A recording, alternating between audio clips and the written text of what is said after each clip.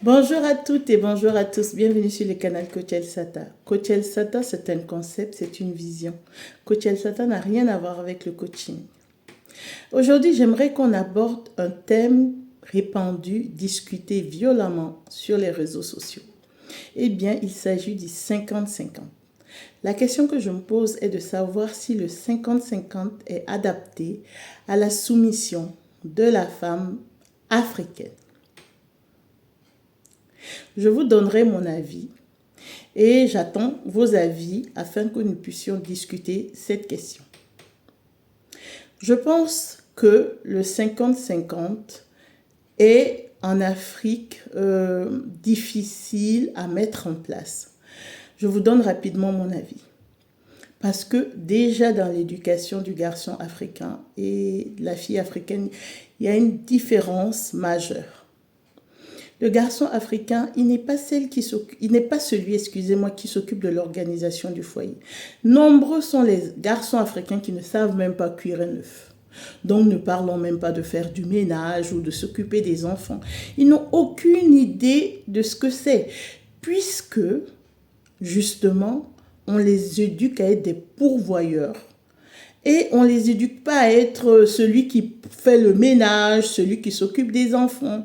Donc, généralement, c'est toujours difficile. La preuve, je prends un exemple très simple. Il y avait une vidéo qui circulait dernièrement sur le Ramadan, où on disait aux garçons, il faut vous marier, parce que c'est le Ramadan, il faut vous marier parce que vous avez besoin d'une femme pour s'occuper de vous.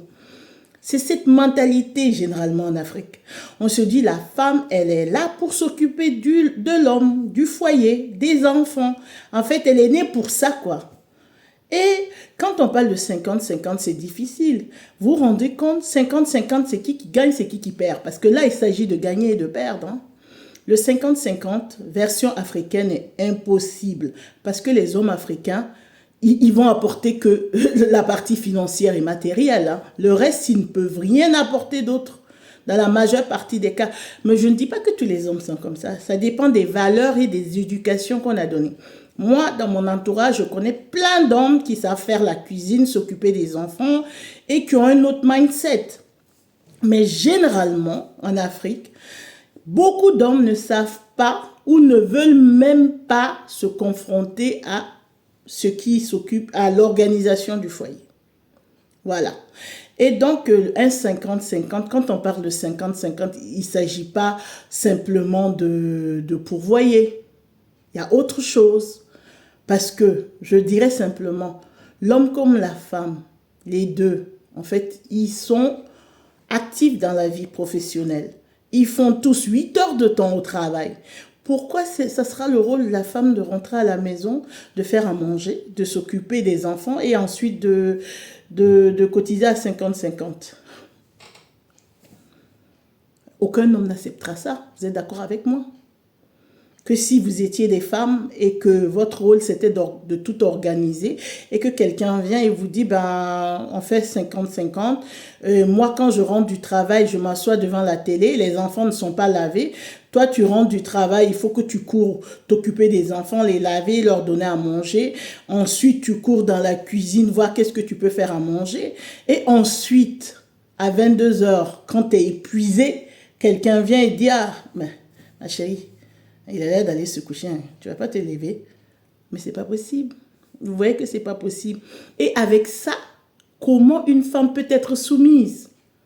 Non, la soumission est chic quand la personne a les moyens financiers qu'il faut. Je vous assure que la soumission est chic. Parce que, en fait, vous dépendez financièrement de la personne. Et quand la personne s'impose financièrement, c'est beau à voir en fait. C'est magnifique. Parce qu'avec cette personne-là, vous pouvez aller très loin. Et vous pensez que quand on fait le 50-50 avec quelqu'un, on a envie qu'il vous impose ce qu'il pense? Il dit, bah, moi j'aimerais acheter tel appartement, j'aimerais acheter par exemple cette BMW, elle me plaît. Alors que moi j'aime Hyundai.